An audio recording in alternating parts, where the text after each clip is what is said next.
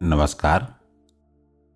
नींद में ध्यान के बारे में 5 भाग में चर्चा करने की बात बताई थी। पूर्व में हमने नींद की विशेषताएं, नींद की अद्भुत दुनिया और शयन पूर्व के ध्यान के बारे में चर्चा की है। आज चौथे वीडियो में हम स्वप्न और नींद में बोध के विषय में चर्चा करेंगे। स्वप्न और नींद में बोध का मतलब है बोध के साथ अप्रयास सजगता के साथ सोना है।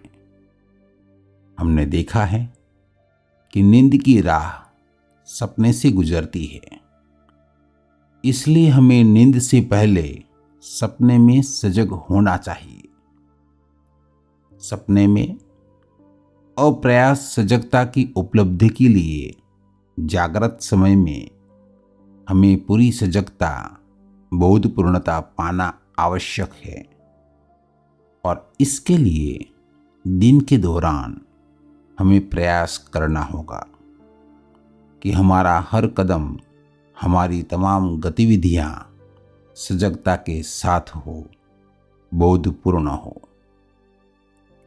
मुझे जैन गुरु के पास एक राजकुमार की शिक्षा की कहानी याद आ रही है। ऐसा हुआ कि एक राजकुमार को जैन गुरु बोकोजू से जैन और जाजैन सीखना था। बोकोजू मशहूर थे। राजकुमार का 2-3 सप्ताह के निवास के बाद बोकोजू ने कहा, आपकी शिक्षा कल से शुरू होगी और याद रहे, शिक्षा न किताबी है न ही रटने की है। आपको दिन भर जागते रहना होगा। दिन में किसी भी समय मैं तुम्हारे पास आ सकता हूं। आपको पता लगना चाहिए कि मैं तुम्हारे पास आ रहा हूं। अगर आपको पता न लगा और मैं आपके पास पहुंच गया तो निश्चित माने ये जैन छड़ी से आप पिट जाओगे। राजकुमार ने पूछा, भले ही मेरी कोई गलती न हो। बोकोजू ने कहा, इस शिक्षा में बिना जगे रहना, मेरा पता न लगना अपने आप में एक गलती है। और फिर कई सप्ताह तक चौकन्ने न रहना, जागे हुए न रहना, पिटाई खाना, चौकन्ने रहना और पिटाई से बच जाना चलता रहा। कुछ सप्ताह बाद राजकुमार को पता चल गया कि कैसे बोकोजू चुपके से उसके पीछे आ जाता है और वो पिटाई से बच जाता है। तब बोकोजू ने कहा, अब शिक्षा की अवधि बढ़ा के दिन और रात 24 घंटे कर दिया है। अब चाहे आप जागे हो, लेटे हो या सोए हो, जब भी मैं आपकी ओर आता हूं और आप तुरंत मुझे बता नहीं देते कि आपने मुझे देख लिया है, तो पिटाई पक्की समझो।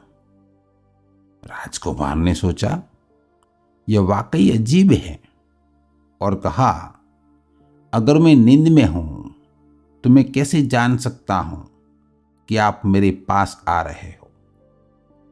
बोकोजू ने कहा, यह मेरी समस्या नहीं है। शिक्षा तो शिक्षा है और इसे 24 घंटे आत्मसात करना है। और फिर चला सिलसिला हफ्तों भर। कभी तो पिट गए, कभी बच भी गए, लेकिन पूरी सजगता और सतर्कता के साथ कुछ महीनों के भीतर राजकुमार ने हुनर सीख लिया। जब भी बोकोजू उसकी ओर चुपके से आ रहा था और राजकुमार ने चिल्ला दिया कि गुरु, अब तो देख लिए, अब रुक भी जाओ, एक दिन राजकुमार ने सोचा कि गुरु की भी जांच होनी चाहिए कि वाकई क्या वह चौकन्ना रहता है या नहीं, और अगर बेखबर पकड़ा जाता है तो उन्हें भी एक बार तो पीट लेना चाहिए, ताकि बूढ़े गुरु को एहसास हो कि उनका प्रशिक्षण कितना अजीब है। लेकिन गुरु बुकुजू ने तुरंत ही कहा, प्यारे, क्या मेरे बूढ़े शरीर पर दया नहीं आती?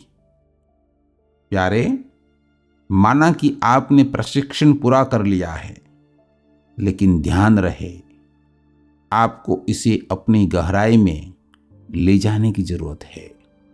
जैसे कि मैंने तुम्हें पकड़ लिया, मुझे बेखबर पाना तो दूर, मुझे पीटने की आपकी सोच भी पकड़ी गई।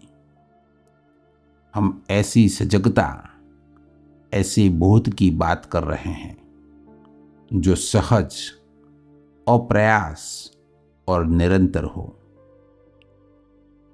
हमने शयन पूर्व के ध्यान की चर्चा की थी, जो सोने से पहले किए जा सकते हैं। ऐसे ध्यान से हम सजगता के साथ नींद में जाने की कोशिश कर रहे हैं। हम नींद और सजगता, नींद और बोध को एक साथ लाने की कोशिश कर रहे हैं। शुरू में यह मुश्किल लगता है, क्योंकि जब हम जागृत होते हैं तब भी हम सजग नहीं होते। हमारी रोजमर्रा की गतिविधियों में जब हम जागे हुए दिखते हैं, पर हम वास्तव में सजग और बोधपूर्ण होते नहीं हैं। इसलिए सजग होना हमें अपनी दिनचर्या से शुरू करना होगा। जब हम जागृत होते हैं, हमें ज़्यादा सजग होना चाहिए, पूरी तरह से सजग होना चाहिए, और तभी फिर हम सपनों में सजग होने की कोशिश कर सकते हैं। नींद का रास्ता सपनों से गुजरता है, इसलिए पहले हमें सपनों में सजग होना चाहिए, सपनों में सजग रहना चाहिए। अगर हम जागृत अवस्था में सजग रहने में सफल होते हैं तो सपनों में सजग रह सकते हैं, और तभी हम नींद में भी सजग होने में सफल हो सकते हैं। इसलिए हम दिन में ही सजग होना शुरू करेंगे। सड़क पर चलते हुए हम सजग रहने की कोशिश करेंगे। हम स्वचालित ढंग से यंत्रवत नहीं चलेंगे। हम हर हरकत के प्रति सजग रहेंगे, हर सांस के प्रति सजग रहेंगे। सांस छोड़े या सांस ले, पर सजगता के साथ। हर व्यक्ति के प्रति जिसे हम देखते हैं, हम सजग रहेंगे। हम जो भी करेंगे, हम सजग रहेंगे और उसे सजगता से करेंगे। और फिर रात में जब हम सोने जाएंगे, हम सजग रहने की कोशिश करेंगे, तब भी सजग बने रहेंगे। दिन का आखिरी चरण बीत रहा होगा, यादें तैर रही होगी, हम सजग रहेंगे और सजगता के साथ सोने की कोशिश करेंगे। शुरू शुरू में यह मुश्किल हो सकता है, लेकिन अगर हम कोशिश करते रहेंगे तो कुछ हफ्तों के भीतर हमें इसकी झलक मिलेगी। हम सो तो रहे हैं, पर सजग, अप्रयास सजग। यह सजगता, अप्रयास बोध भले ही एक पल के लिए हो, बहुत सुंदर है, बहुत आनंद से भरा है। सजगता, अप्रयास बोध सधने के बाद हम फिर से वही नहीं रह सकते। जॉर्ज गुरजिएफ ने सपनों में सजगता के लिए स्वस्मरण की एक पुरानी तिब्बती विधि का प्रयोग किया। विधि यह है कि सोते समय हम किसी एक चीज को याद करने की कोशिश करते हैं। कोई भी एक चीज, उदाहरण के लिए एक गुलाब का फूल। गुलाब के फूल की कल्पना करें, सोचते रहें कि मैं इसे सपने में देखूंगा। कल्पना करें और सोचते रहें कि चाहे जो भी सपना हो, सपने में यह गुलाब होगा ही होगा, अवश्य ही होगा। गुलाब के फूल से जुड़ी हर चीज की कल्पना करें, इसका रंग, इसकी खुशबू, इसे महसूस करें कि हमारे अंदर जीवंत हो जाए और उस गुलाब के फूल के विचार के साथ, फूल की याद के साथ हम नींद में चले जाएं। कुछ ही दिनों में हम उस फूल को अपने सपने में लाने में सक्षम हो जाएंगे और जिस क्षण हम फूल को देखेंगे, हमें तुरंत याद आ जाएगी कि यह एक सपना है। सपनों में सजगता के लिए दूसरी विधि शंकर द्वारा बताई गई है। शंकर से मेरा मतलब है आदि गुरु शंकराचार्य। उस विधि में पूरे दिन याद रखना है कि यह स्वप्न है। हम जो भी करते हैं, जो भी देखते हैं, जो भी चीजें हमारे सामने आती है, अनुभव करते हैं, बस इस बात पर जोर दें कि यह स्वप्न है। यह एक चलचित्र देखने जैसा है और साथ में याद रखना है कि पर्दे पर जो कुछ भी है वह सब स्वप्न है। दिन भर की सभी गतिविधियां ऐसी हो जाती हैं जैसे कि एक चलचित्र चल रहा हो। आपको केवल एक ही बात याद रखना है कि यह स्वप्न है। पूरे दिन इतने अभ्यास से याद रखना है कि यह स्वप्न है। कुछ हफ्तों में जब नींद में स्वप्न दिखाई देता है, हमें अपने स्वप्न का एहसास हो जाता है और हम कहते हैं यह स्वप्न है। शंकर द्वारा प्रस्तावित जगत माया की अवधारणा, जगत मिथ्या की अवधारणा दर्शन के सिद्धांत से ज्यादा सपनों में सजग होने की एक विधि है। यह इस बात पर निर्भर करता है कि कौन सी विधि आपके लिए उपयुक्त है। एक बार हमारी सजगता स्वप्न तक पहुंच जाती है तो हम सजगता के साथ नींद में प्रवेश कर सकते हैं।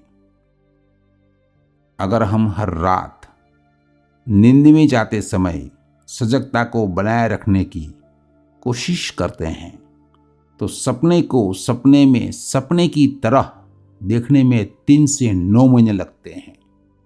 और याद रहें, सजग होने की कोशिश सक्रिय रूप से कभी ना करें, अन्यथा आप सो नहीं पाएंगे। निष्क्रिय सजगता ढीली ढाली, शिथिल, जैसे कि कोने में प्रतीक्षा कर रहे हो। सजगता के बारे में बहुत सक्रिय न हो, अधिक चिंतित न हो। ऐसी निष्क्रिय सजगता यह ऐसा है जैसे आप नदी के किनारे बैठे हैं और नदी अपने आप बह रही है और आप बस चुपचाप नदी को देख रहे हैं। फिर किसी दिन अचानक नींद आपको घेर लेती है, एक पर्दे की तरह, जैसे सूरज डूब गया, चारों ओर रात छा रही हो और घना अंधेरे की तरह रात आपको घेर लेती है। लेकिन आपके भीतर आपकी अप्रयास सजगता एक लो की तरह जलती रहती है। आप देख रहे हैं, बोधपूर्ण निष्कंप मौन में फिर सपनों की दुनिया शुरू होती है।